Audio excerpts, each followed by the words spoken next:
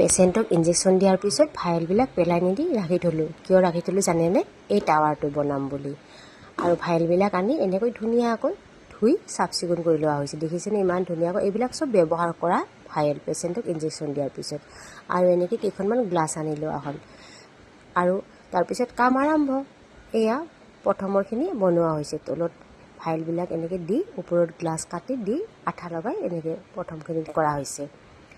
প্ৰথমখিনি বেছি মজবুত কৰা হৈছে তলৰখিনি, যাতে পিছত টাৱাৰটো বনালে একো নহয়। আৰু গ্লাছবিলাক আনি থোৱা গ্লাছবিলাক ধুনীয়াকৈ সৰু ডাঙৰকৈ কাটি লোৱা হৈছে। এয়া টাৱাৰৰ কাম আৰম্ভ হৈ গ'ল। এনেকৈ গ্লাছবিলাক কাটি কাটি লগাই দিয়া হৈছে, যাতে টাৱাৰৰ শ্বেপটো দিব পৰা যায়। দেখিছেনে? এনেকৈ মিলাই মিলাই দিয়া হৈছে আৰু ইয়াতে আঠা লগাই দিয়া হৈছে। পিছত চাই থাককচোন ভিডিঅ'টো। এয়া আঠা লগাই লগাই গ্লাছবিলাক জোৰা লগোৱা হৈছে। দেখিছেনে? বহুত কষ্টকৰ কাম।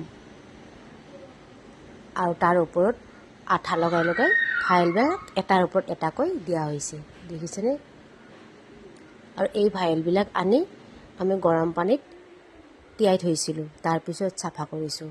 বৰ কষ্ট হৈছে দেই। চাওকচোন আপুনি ভিডিঅ'টো কিমান দূৰ হয় আমাৰ টাৱাৰটো। গ্লাছৰ ওপৰতো এনেকৈ এটা এটাকৈ মিলাই মিলাই, দেখিছেনে? ইমান ধুনীয়াকৈ এটা এটাকৈ মিলাই মিলাই ভাইলবিলাক দিয়া হৈছে। আৰু এইবিলাক চব আঠা লগাই লগাই দিয়া হৈছে। এয়া আঠা লগাই লগাই দিয়া হৈছে এইবিলাক। চাই থাককচোন ভিডিঅ'টো।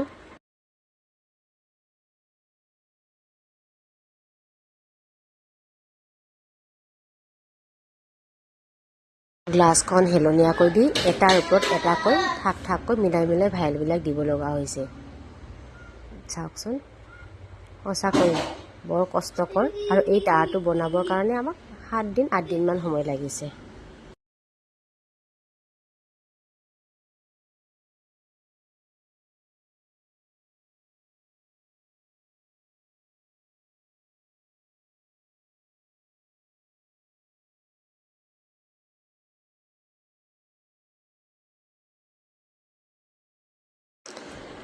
এয়া আমাৰ ফাৰ্ষ্ট ফ্ল'ৰটোৰ কাম প্ৰায় সম্পূৰ্ণ হ'বই আৰু।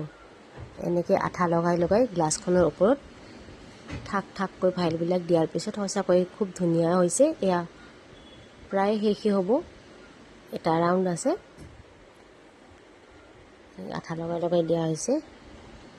এতিয়া আমি ছেকেণ্ড ষ্টেপটোৰ কাম আৰম্ভ হৈছে। ফাৰ্ষ্ট ফ্ল'ৰটো হোৱাৰ পিছতো গ্লাছ এখন দি তাৰ ওপৰত এনেকৈ ভাইলবিলাক আঠা লগাই লগাই দিয়া হৈছে। তাৰপিছত আৰু এখন কাটি থোৱা গ্লাছ দি তাৰ ওপৰত এনেকৈ ভাইলবিলাক আঠা লগাই লগাই দিয়া হৈছে। এয়া প্ৰায় আৰু হ'বই আৰু। আধাৰো বেছি কাম আমাৰ শেষ হৈছে। দেখিছেনে কেনেকুৱা হৈছে? আপোনালোকে জনাব দেই টাৱাৰটো। এইবিলাক চব ব্যৱহাৰ হোৱা ইনজেকশ্যনৰ পৰা তৈয়াৰ কৰা হৈছে। এই পেচেণ্টক ইনজেকশ্যন দিয়াৰ পিছত ভাইলবিলাক পেলাই নিদি আনি ধুনীয়াকৈ চাফ চিকুণ কৰি এনেকৈ ব্যৱহাৰ কৰা হৈছে। চব ব্যৱহাৰ কৰা হয় এইবিলাক। দেখিছেনে? প্ৰায় শেষ হ'ব আৰু। ফিনিচিঙৰ কাম আৰম্ভ হৈ আছে। ক'তবা ফাক আছে যদি সেইবিলাক মিলাই আছে। আঠা লগাই লগাই চববিলাক প্ৰায় শেষ হ'ব। চাওকচোন কেনেকুৱা হৈছে টাৱাৰটো। আৰু এয়া আমাৰ টাৱাৰৰ ফাইনেল লুক। চাবচোন, এয়া দেখিছেনে? একদম শেষৰ সময়ৰ লাষ্ট ষ্টেপ।